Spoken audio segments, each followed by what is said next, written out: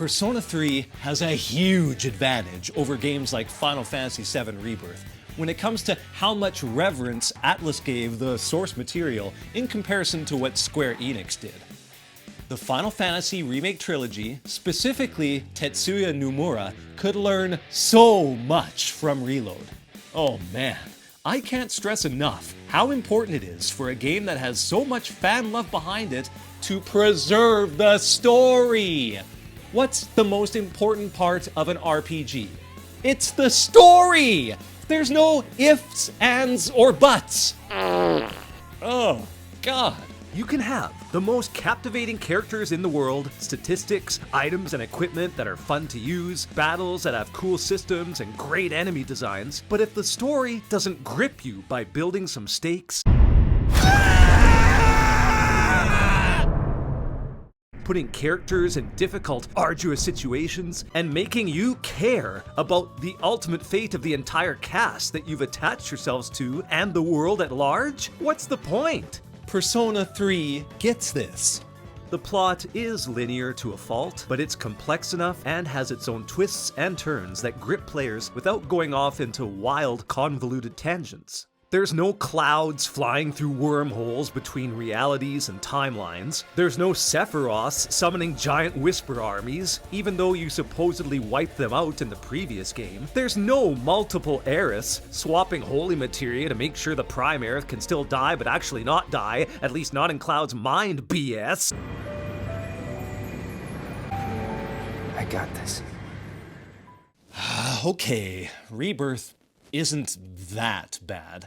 Its conclusion still has emotion welled up from long-time memories of Final Fantasy VII fans, and the gut punch you feel from thinking everything has changed to then actually no, creates a swelling of multiple emotions, even though part of that is screw the audience type of emotion. My point is firm though, that there's no sense of finality anymore. There's so much open-ended, widespread, multiple interpretation crap that robs the story of its original weight. Check out the full video if you're interested in my confusion and frustration with what is otherwise the best Final Fantasy VII experience out there.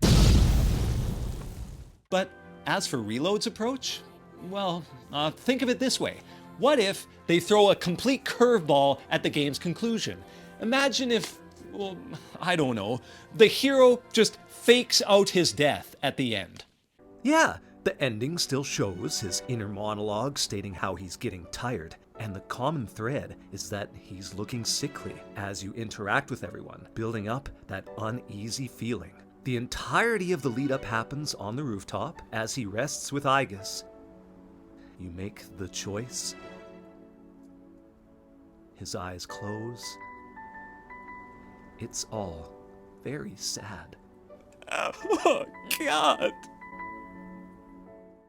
Suddenly, Junpei makes some smart-ass remark like, "Hey, leader, you're sleeping through our promise!" And then Makoto just sheepishly gets up and smiles awkwardly, exclaiming, "Aw, shucks, I was just going to have a good nap." Cheesy sitcom music plays, and the party stands there and laughs together while the fin scrolls across the screen. Aww. How would you like that? It would take the whole theme of acceptance, especially the big ones like accepting one's fate or accepting death, and just take it, crumple it up, and throw it in the trash bin. Actually, and huge spoiler alert for anyone who's anticipating reading the Persona 3 manga,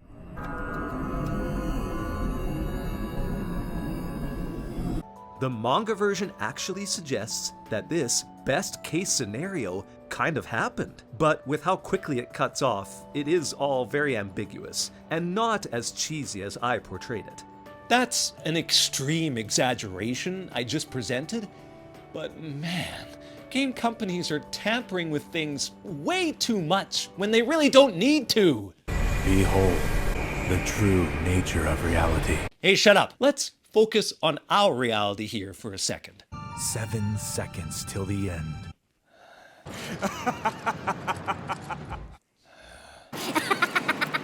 What it comes down to is, Those precious gaming memories that you wanted to experience a second time? Everything plays out how you remembered it. The antagonist motivations, that despairing, dreadful mood of January, the poignant, show-stopping moments of emotion and passion. Medea? Burn in hell! He's going to face it all alone! No, he's not alone! I'm not letting him die! The fate of everyone is cemented as if it was still 2006. It just looks prettier. Reload is the perfect fan purist game, right down to the smallest detail. All right, let's do this.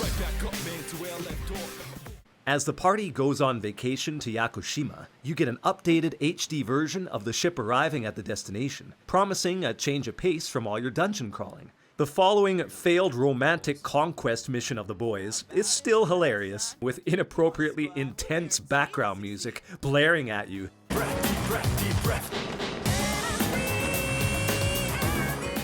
As the teens fail miserably to interact with female beachgoers. Complaining about your boss. That might be fun.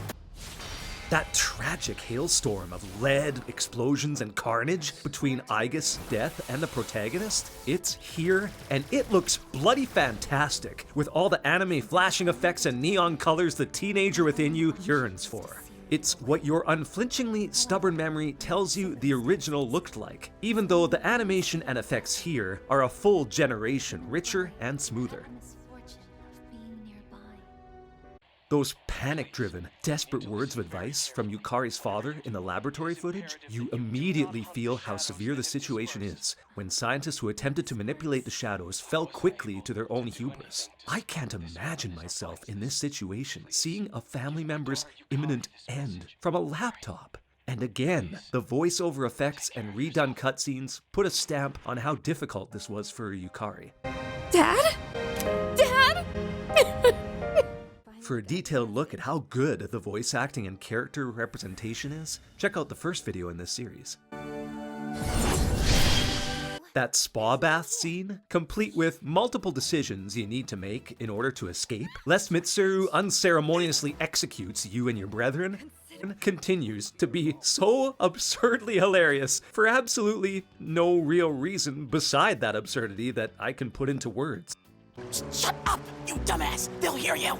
The hopelessness of your situation after Ryuji's Nyx explanation, it's even more foreboding here, as you drift around a deceptively peaceful port island, engulfed in a chilly, almost serene vibe blanketing the landscape and attempting to turn your attention away from the world that, yes, is going to perish, with those apathy syndrome people literally dropping comatose in the streets. This is again helped by the amazing voice work, which emphasizes Junpei's real fear. What's the matter? Scared? What the hell is wrong with you?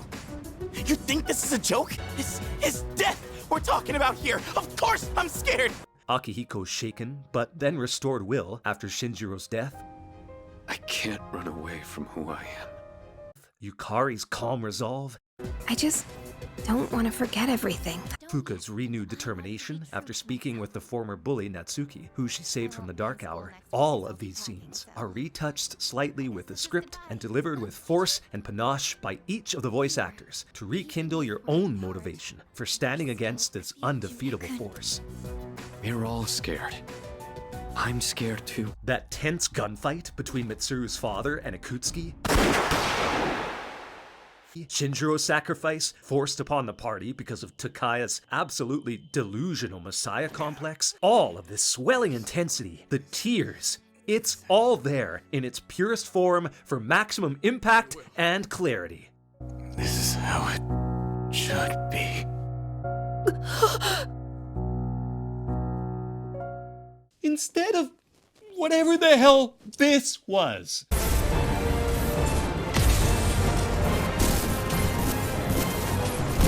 That ominous, intimidating, hour-long final boss monologuing about the first 13 arcana as you struggle against an unavoidable destiny of death, preserved pretty much perfectly from the original game, with an almost identical version of Battle for Everyone's Souls pumping into your ears for 60 minutes.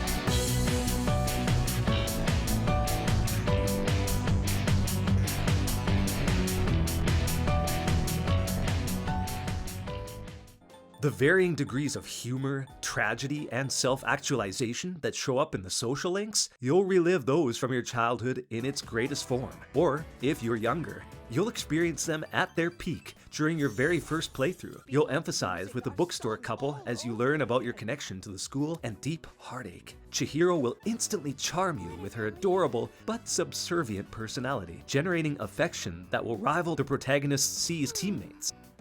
The two of us can handle this, so you... No, I can't allow that. Fushimi. All I have to do is clear my name, right? I can do something about it on my own. Grandiose self-delusion and one-track mind of the Gourmet King somehow still draws you back in to check on him now and then, as, behind that thick veil, he's very self-conscious about his body and is desperately calling out for a friendly ear to help him sort through a messed-up past. You're so wonderful. You have such a kind soul. Now, did Persona 3 have some WTF moments that were just that wacky and bizarre? Yeah, sure.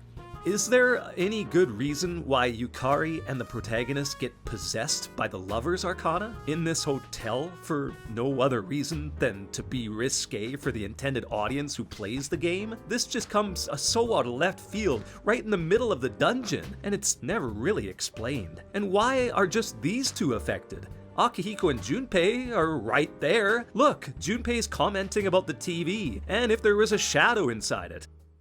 Is he referencing Persona 4? Now I'm curious. Between 3 and 4, which one is your favorite? But yeah, none of this makes any sense. But then again, why do most people transmogrify into coffins and some random people get caught out in the open just to die and get torn apart by shadows? What's happening to me? Even for Japanese RPG standards, there's some highly unusual lore and script that could definitely benefit from more explicit explanation. Now, not everything is cut and paste, or just some script revisions. With the appropriate actions, you can trigger some new changes, although admittedly, most of these are from the FES version of Persona 3 or Persona Portable. Be a good friend to Junpei, encourage him to buy the flowers while Chidori's in the hospital, and help him sort out the grief of her subsequent death. And you open a possible future where her own self-healing powers mesh with the flowers she was laid to rest in and had imbued with her own power before, giving her a new lease on life and a much happier, though almost unable to believe it's happening, elated version of Junpei. It is you. Chidori. I'm a bit split on this though. Is Junpei's character growth stunted if everything just turned out great anyway? When his persona evolves, merging with Medea, and Chidori's memory manifests each time he gracefully strikes down an enemy, which is far more dramatic and awe-inspiring than his original theurgy move.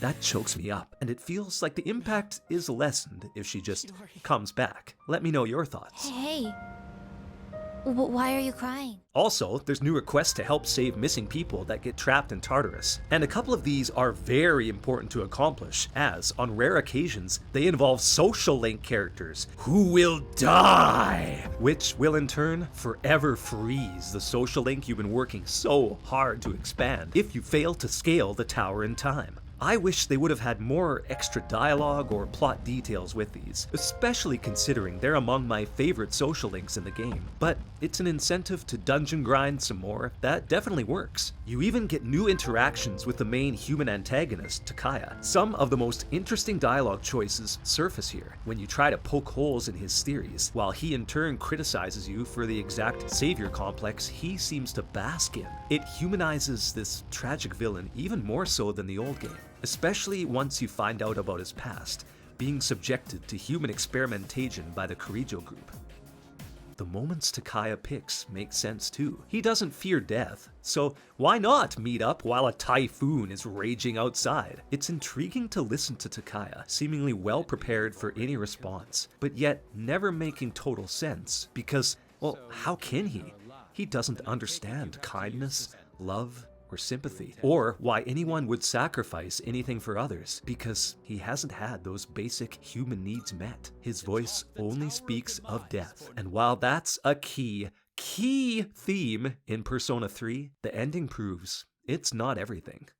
Great addition. Even bit players are given subtle new tweaks. Jin shows an even more extreme version of desperation during your final Strega boss encounter, literally jabbing himself with lethal poisonous drugs, simply to gain a temporary power advantage over you, painting him in an even more of an extremist role as the old game, as he gives literally everything for Takaya's vision. He just doesn't give up. Could they have jazzed things up a bit more? Or are there some missed opportunities? Sure, you could make that argument.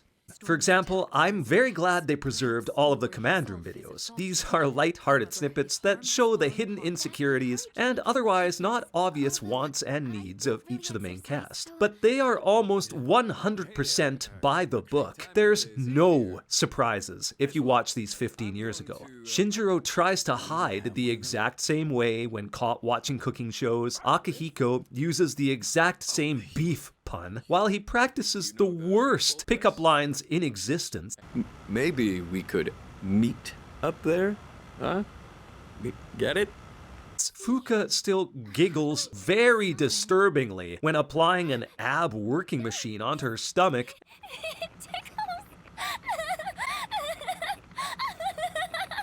And Aigis still takes the exact same amount of time to infiltrate the protagonist's room. They really slacked off when it came to this. And being as there's only one a month, Atlus could have doubled these and given us more fodder to laugh at. Like, keep these here as fan service, but give another recording that either puts different pairs of people together or explores a whole other personality quirk or hardcore cringe or epic fail, because there is so much to work with here. Also, it was always weird to me how the big culture festival event gets interrupted by this random typhoon which just comes out of nowhere. They play up this whole arc with Yukari dressing as a maid, and except for the spy video, there's nothing else that comes of it. And this wasn't changed in Reload either. Persona 4 and 5 School Festival was a big deal, and it was among the most memorable social events in both of those games. So in my opinion, this was a huge missed opportunity. Instead, you're just doing banal chores, cleaning up the school and dealing with awkward girl crush problems while pathetically attempting a stand-up comedy routine. You know what they say, early to bed, early to rise. There you go, we got a top quality one this time. Kinda depressing, though. Like, come on! Let's get some of that cross-dressing action and dramatic confessions of love! And just a final quibble of mine, I hate how the hero clings to life for over a month to honor the promise of seeing the C's group one more time, but only gets to visibly see Aigis because the rest of the team is too slow on the uptake. They should have took a cue from the movie version and let his last memory and sight be filled with everyone he bonded with, the people who actually made him want to live and gave him something to protect, which I think is what the answer to life's greatest question is, at least for this protagonist. Life's greatest question. There isn't any big, completely out of context threads or changes that completely alter how we view a character, an event, or a location. Just subtle, discrete additions, changes or nods that complement everything in a way that gamers' past selves would have enjoyed seeing back then. This is how you revisit a well-received tale of gaming past.